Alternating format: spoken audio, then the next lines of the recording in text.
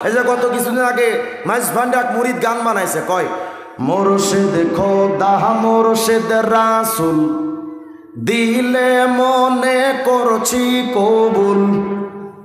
নজবিল্লাহ। কি কয় মুর্শিদ? মুর্শিদ মানে পিসা। কয় মুর্শিদ খোদা মুর্শিদ রাসূল দিলে মনে করছি কবুল। শুনে মোল্লার গোষ্ঠী ফতোয়া দিছে আমি নাকি কাফের হইয়াছি, আমি আর যাব না মোল্লার কাছে, তওবা করেছি। উনি নাকি খাটি দিলে তওবা করছে, আলেমদের কাছে যাবে না। আমি বললাম আলেমদের কাছে যাইতে তো ভাগ্য লাগে, হারামজাদাদের কপালে কোনোদিন আলেমদের সোহবত নসিব হয় না। আমি বললাম তো আলেমদের কাছে যাবি না কেন? আলেমরা আমার কাফের কয়। কোন কারণে কাফের কয়? কইছুর আমি পীররে খোদা বলছি আর আলেমরা আমার কাফের কয়। বললাম আচ্ছা তুই তোর পীররে খোদা বলবি, আলেমরা তোমারে কাফের বলবে না, আব্দুল কাদের জিলানী কই বলবি? বলেন তো যারা পীররে খোদা মনে করে, রসুল মনে করে, মুসলমান না বেঈমান? বলেন বলে মুসলমান না বেঈমান? হায় রে মুসলমান আফসোস, পীরের কাছে যা কয় বাবা একটা সন্তান দে, খবর নিয়ে দেখলাম বাবারই সন্তান নাই। বলেন তো সন্তান দেওয়ার মালিক কে?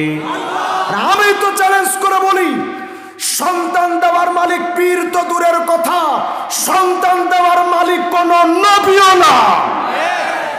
এখানে উলামায়ে কেরাম আছেন, যদি কেউ আমাকে শুধরে দিতে পারেন দেন। নবীরা সন্তান দিতে পারেন নিজ ইচ্ছায়, যে কোনো উম্মতরে যদি দলিল দিতে পারেন আমি মেনে নেব।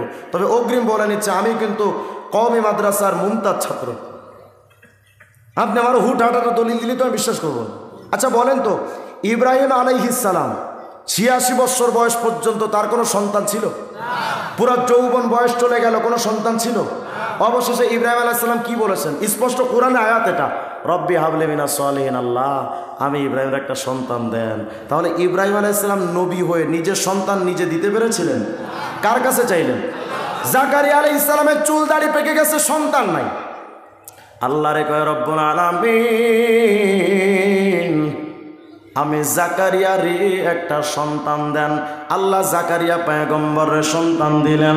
ওরে দুনিয়ার মানুষ মনে রাখো, আল্লাহ পাক যদি সন্তান দিতে না চান নবীদেরকেও সন্তান দেয় না। আল্লাহ যদি চান সন্তান দিতে, যদি আল্লাহ চান শুধু মহিলা হলে চলে, পুরুষও লাগে না। দলিল হযরতে ঈসা আলাইহিস সালামের মা হযরতে মারিয়াম। আল্লাহ যদি চান সন্তান দেওয়ার জন্য বাপও লাগে না, মাও লাগে না। দলিল আদম আর হাওয়া। কথা কয় না? আর আল্লাহ যদি না চান শিল্পপতি হারবাল খাইলেও কাম হয় না। কথা কয় না? অনেক শিল্পপতি 10 তলা 20 তলা বিল্ডিং এর মালিক, শত শত ফ্যাক্টরির মালিক, এত কান্নাকাটি করে বাবার কাছে মাজারে যায়, সন্তান নাই। কারণ আবার অনেক ফকির আছে আল্লাহ পাক তাদের থাকার মতো জায়গা দেন নাই, কিন্তু 10টা সন্তানের মালিক। বলেন তো আছে না নাই? কি খেলা খেলাইলা দয়াল রে দয়াল, খেলা চমৎকার, না পাকে মানুষ বানাইয়া মেলাইছো বাজার রে রে। কি খেলা খেলাইলা দয়াল রে তুমি, কাউরে দিলা 10টা সন্তান, থাকার জায়গা নাই। আবার কাউরে দিলা কোটি টাকা, একটা সন্তান নাই। নির্দোষীরে রাখো দয়াল, ভবের জেলখানায়। আমিও তো ছিলাম 2.5 মাস। মামুনুল হক সাহেব আমার উস্তাদ, ওনার যে মামলা আমার একই মামলা, একই সাথে ছিলাম 2.5 মাস। কি মামলা জানেন? ককটেল বিস্ফোরণ মামলা। তাও কোন জায়গায় মারছি জানেন? বাইতুল মোকাররমের গেটের সামনে। তা আমি বললাম যে আমরা এতগুলো হুজুর মিলে এত ককটেল মারলাম বাইতুল মোকাররমের সামনে, তো বাংলাদেশের গোয়েন্দা সংস্থাকে ঘাস কাটছিল ওই সময়। কথা বলেন? মামলা লিখতেছে, কি মামলা? মামুনুল হক বলতেছে ককটেল মারো। জুনায়েদ আল হাবিব সব বুড়া মানুষ, উনি নাকি ককটেল নিয়ে মারছে। আর আইয়ুব সাহেবের হাত একটা ভাঙা, উনি নাকি লাঠি দিয়ে একটা মানুষের মাথায় বাড়ি দেয়। আচ্ছা, আর আমার নামে লিখতেছে ওই জায়গায় রিজওয়ান রফিকেও ককটেল মারতেছিল। আমি মনে মনে ভাবলাম মামলাটা যিনি লিখছে উনি যে গাঞ্জা খাইছে হয়তো গাঞ্জার মেয়াদ ছিল না। কথা ভাই, মেয়াদ থাকলে এমন ডাহা মিথ্যা কথা লেখা যায়। নির্দোষীর রাখো দয়াল ভবের জেলখানায়, আবার অপরাধ করিয়া কেহ ঘোরে সর্বদা। নদীর কুল ভাঙ ও কোল গড়ো, একে তোমার খেলা। সকাল বেলার ধনী ফকির কর সন্ধ্যা বেলারে, কি খেলা খেলাইলা দয়াল রে। বলেন সব কিছু করার মালিককে। আরে নবীরা যেখানে সন্তান দিতে পারে না, তোর পীর কেমনে পারে? বোঝা গেল ওটা পীর না ওটা লুচ্চা। এই জন্য আমি নাম দিয়েছি ওটা পীর না, ওটা আসলে জাতীয় পাড়া। ওটা কি? ওই পাড়ার কামজা, ওই পীরের কামতার জন্য সিদ্ধান্ত ক্লিয়ার। আপনাদের কিশোরগঞ্জ এলাকায় যদি কোনো ভণ্ড পীর আইসা কয় আমি সন্তান দিতে পারি, কোনো কথা চলবে না, সরাসরি জুতা পিটা করে চামড়া তুলে ফেলা দরকার। যদি আপনি না করেন কদিন পর আপনার বউয়ের ইজ্জত নষ্ট করবে, ও আপনার ভাবির ইজ্জত নষ্ট করবে। বলেন কোন পীর সন্তান দিতে পারে? ভাগ্য পাল্টানো মালিককে। আটশি পিসাব নাকি ভাগ্য পাল্টাইতে পারে। আমি বললাম নিজের কপালই তো খারাপ। কি বলবো, বাংলাদেশের ল্যাংটাও পীর। আমি বললাম ল্যাংটা যদি পীর হয় তাহলে কুত্তা বড় পীর। কত ল্যাংটা বাবার কাছে গিয়া কয় বাবা ভাগ্য পাল্টা দে। যা দেখলাম বাবারই কপাল খারাপ, কাপড় সবর দূরের কথা যাই গেও না। কথা বলেন, বলেন ভাগ্য পাল্টানো মালিককে। আমি এখান থেকে বেশ কয়েক বছর আগে একবার মাহফিলে যাচ্ছিলাম খুলনায়। তো আরিচা ঘাট পার হয়ে ফেরির মধ্যে উঠছি, তো দেখি এক বেচারা আংটি বিক্রি করতেছে, অষ্টধাতুর আংটি। চিনেন অষ্টধাতু? এই আংটিটা বিক্রি হয় চাপার জোরে। কিসের জোরে? চাপা বুঝেন না? চাপার জোরে। আমি দাঁড়ায় দাঁড়ায় শুনতেছি, দেখি না কি কয়। কয় দাদা ভাই, একটা আংটি যদি হাতে ধারণ করেন বউ শেখা দেবে না, প্রেমিকা শেখা দেবে না, ব্যবসায় উন্নত হবে, রোগ ব্যাধি সব ক্লিয়ার হবে, মাজায় ব্যথা, কোমরে ব্যথা, গ্যাস্ট্রিক আলসার সব দাদা ভাই ক্লিয়ার। আমি মনে মনে ভাবলাম ভালোই তো। আংটির দাম 10 টাকা, ফজিলত 16টা। দাঁড়ায় দাঁড়ায় শুনতেছি, দেখি না কি কয়। একটু বার কয় দাদা ভাই, একটা আংটি যদি হাতে ধারণ করেন তাইলে আপনি নির্বাচন করতে চান, নিশ্চিত জয়যুক্ত হবেন।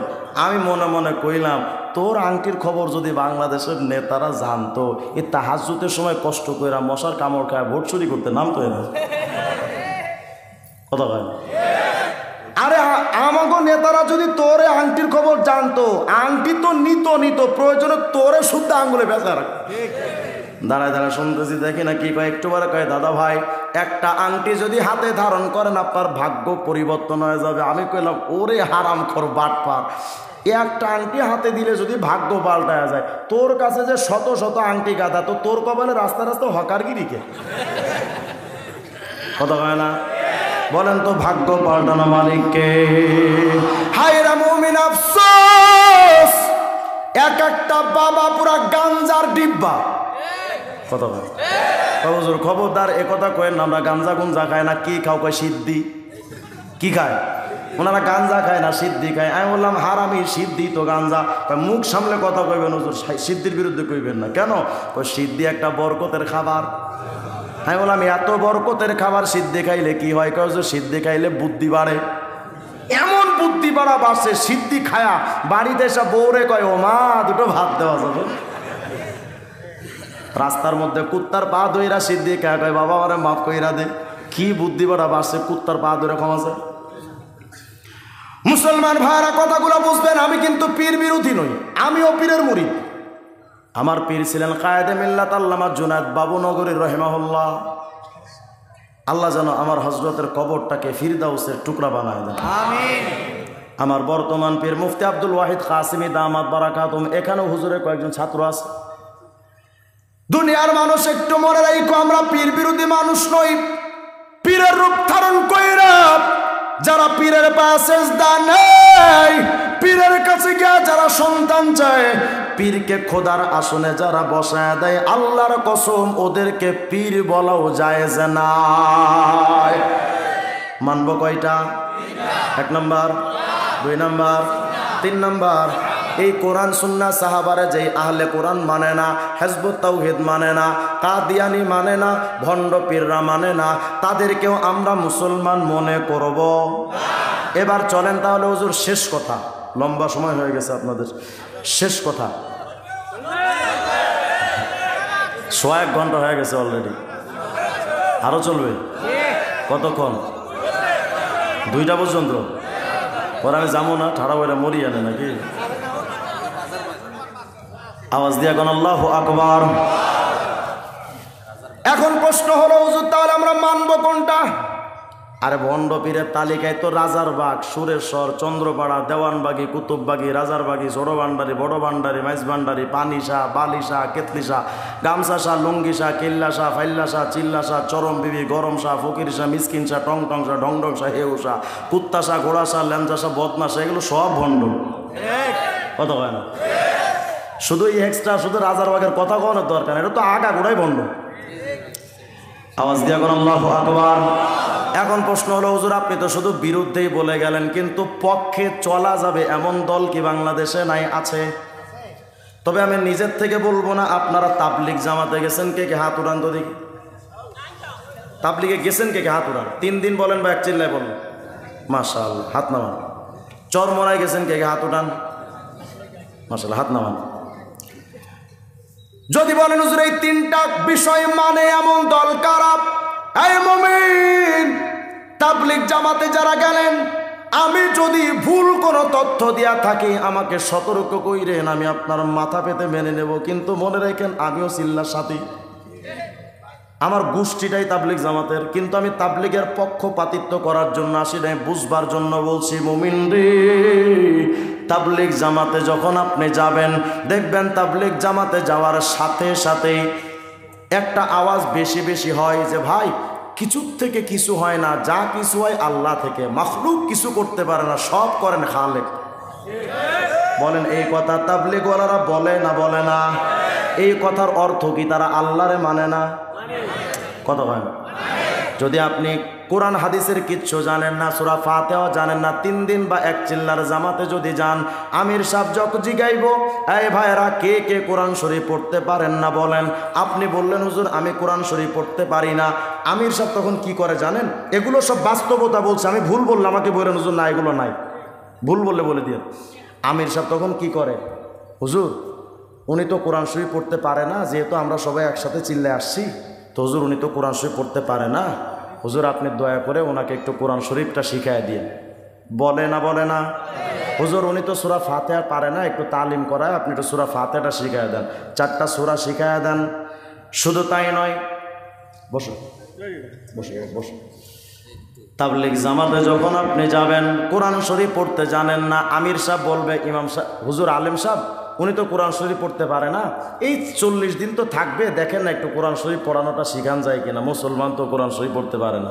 আচ্ছা বলেন তো তাহলে বোঝা গেল তাবলিগওয়ালা ভাই 6টা উসুলের মধ্যে একটা উসুল হলো সহিহ নিয়ত, তাসহিহ নিয়ত, মানে যা কিছু করব আল্লাহর খুশির জন্য, মানুষের খুশির জন্য করব না। এই বক্তব্যগুলো কি বোঝায়? তাবলিগওয়ালারা আল্লাহ কোরআন মানে না মানে না?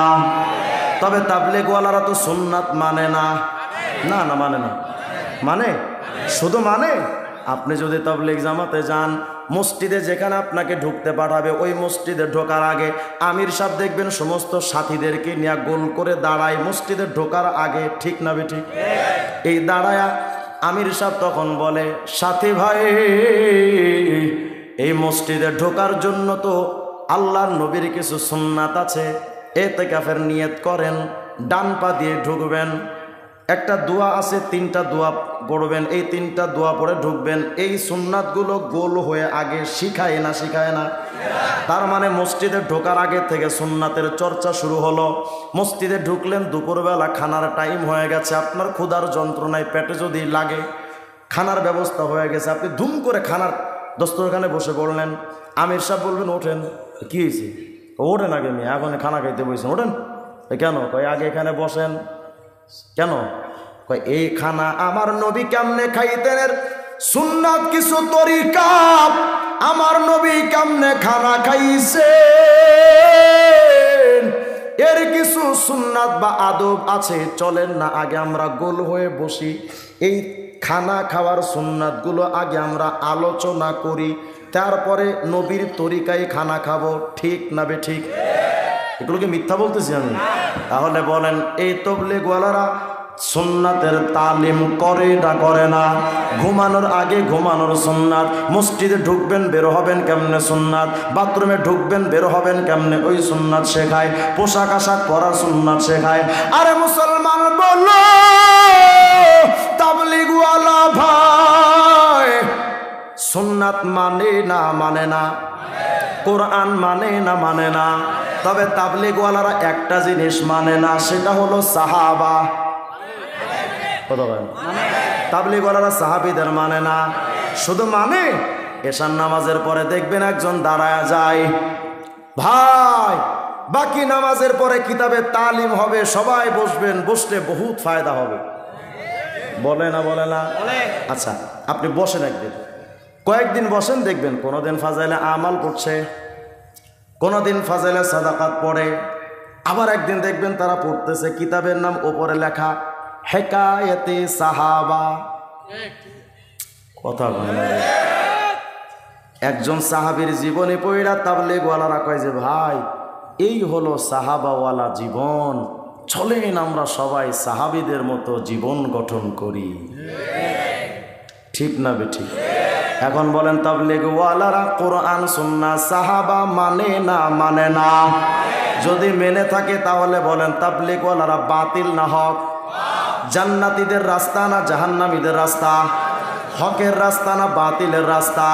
তবে এই তাবলীগ জামাতে কিছু লোক এখন ঢুকে পড়েছে যারা আলেমদের সহ্য করতে পারে না, এরা শয়তান। এরা কি? আমি জানি আপনারা আজকে আমার যাওয়ার পথে কে কি করবেন আল্লাহ ভালো জানে, আল্লাহ ভরসা। স্টেজ থেকে নামার পরে যা পারেন করেন, এখন আগে বই বলতে দেন। যারা বলে আমরা আলেমদের থেকে বেশি বুঝি, এত আলেম টালেম মানতে পারবো না, আলেমদের দিয়া কি হবে, এমন বক্তব্য যারা দেয়, এই মুমিন এ কথা ভালো করে মনে রাখবেন, সমস্ত বাতিলের প্রথম, বাতিল হওয়ার প্রথম রাস্তা হলো আলেমদের বিরোধিতা করা। প্রথম রাস্তা কেন জানেন? কারণ উনাকে যদি উনি মনে করেন সাধারণ মানুষ, আমি যদি হুজুরকে আলেমদের থেকে আলাদা করতে পারি তাহলে উনাকে বোঝানোর মতো তো কোনো ম্যান থাকবে না। এখন শয়তান যেমনে পারে তেমনে খেলবে, যেমনে পারে তেমনে খেলবে। এজন্য শয়তানের প্রথম টার্গেট হলো আমজনতাকে আলেমদের থেকে বিচ্ছিন্ন করা। দেখেন আমি ইলিয়াস সাহেব রহমতুল্লাহ শামাল ফুজাত পড়েছি। ইলিয়াস সাহেব রহমতুল্লাহ বর্তমান পাকিস্তানের শ্রেষ্ঠ মুফতি তকি উসমানী সাহেবের বাবা মুফতি শফি রহিমাউল্লাহকে ইলিয়াস সাহেব রহিমাউল্লাহ ডেকে বলেছিলেন, মুফতি শফি আমার বড্ড ভয় হয় যে কবে জানি আমার তাবলীগ জামাত আলেম শূন্য হয়ে যায়, যেদিন আলেম শূন্য হবে সেই দিন আমার তাবলীগ জামাত ধ্বংস হয়ে যাবে।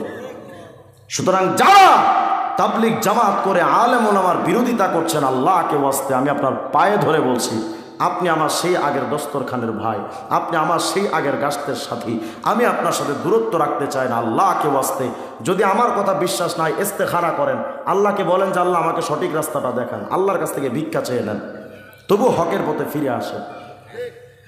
মুসলমান ভাইরা এবার চলেন তাহলে বলেন তাবলীগওয়ালারা কোরআন সুন্নাহ সাহাবা মানে না মানে না? তবে চরমোনাই যান, নানুপুরে যান, ঢালকানগর যান, উজানিতে যান, এই পীর সাহেবরা হক মানে না মানে না? কোরআন সুন্নাহ সাহাবা মানে না মানে না? আমি একবার চরমোনায় গেছি, এখান থেকে কয়েক বছর আগে। আমি কিন্তু চরমোনার ইসলামী আন্দোলনেরও কেউ না এবং তাদের মুরিদও না, কিন্তু হক যেটা সেটা তো আমাকে বলতে আমি বাধ্য। আমি একবার 3 বছর আগে একবার চরমোনায় গেছি মাহফিলে। তো পীর সাহেবের যে খাস কামরা, রেজাউল করিম সাহেবের, পীর সাহেবের ওনার খাস কামরা আমাকে কিছু সাথিয়ে নিয়ে গেছে, যেহেতু আমি নতুন গেছি। তো নেওয়ার পর আমি দেখছি যে পীর সাহেবের সামনে একজন সাধারণ মানুষ গিয়া মাথাটা এমন করে দিয়া কয়, হুজুর একটু দোয়া করেন। আমি রয়তো বি আইনায়, আমার নিজের চোখে দেখেছি। হুজুর দেখলাম আঙ্গুলটা এভাবে মাথার মধ্যে নিয়ে এভাবে ডন সময় এভাবে নিয়ে ধাক্কা দিয়ে বলছে, এই মিয়া আমার সামনে সিজদা করো কেন? মাথা নত তো হবে একমাত্র আল্লাহর সামনে। ওআইপি কোন ছাতা মাতার কাছে গরু ছাগল নিয়ে যান, যেগুলো যায় ওগুলোও গরু, যা নিয়ে যায় ওটাও গরু, যার কাছে লয় ওটাও গরু। এই গরুতে হ্যাট্রিক করছে এরা। হায় রে মুসলমান, তাবলীগ ওয়ালারা, চরমনা ওজানি নানপুর ওয়ালারা কোরআন সুন্নাহ সাহাবার বিরুদ্ধে যায় না। তবে আমাদের স্পষ্ট সিদ্ধান্ত হলো আল্লাহর কসম, কে তবলিগ, কে চরমনা, কে উজানি, কে নানুপুর, কে ঢালকা নগর, এমনকি জুম্মাপাড়া মাদ্রাসার মুহতামিম সাহেব যদি কোনো দিন কয় আমি কোরআন মানি না, অথবা হাদিস মানি না, অথবা সাহাবিদের মানি না, আমরা এই বুড়ি আঙ্গুলটা দেখায় বলবো আপনাকেও আমরা মানি না। তবে যতদিন আপনারা মানবেন আমরা আপনাদেরকে মানব। আচ্ছা, আজকের যে আলোচনাটা আপনাদের সামনে দিলাম, এগুলো বুঝে শুনে একটু চলা যাবে না ইনশাআল্লাহ? হক বাতিল চিনে একটু চলা যাবে না ইনশাআল্লাহ? যারা সাহাবীদের বিদ্বেষী তারা আমার বিদ্বেষী, কথা বলেন। যারা সাহাবীদের বিরোধী তারা আমার বিরোধী, যারা ইসলামের বিরোধী, কোরআন সুন্নাহ সাহাবার বিরোধী তারা আমার বিরোধী, তারা আমার জানের দুশ্মন, তারা আমার প্রাণের দুশ্মন, তারা আমার ধর্মের দুশ্মন, তারা আমার দ্বীনের দুশ্মন। আল্লাহ তাআলা আমাদের সকল ভাইদেরকে এই বিষয়গুলো বুঝে শুনে আমল করার তৌফিক দান করেন, বলেন আমিন।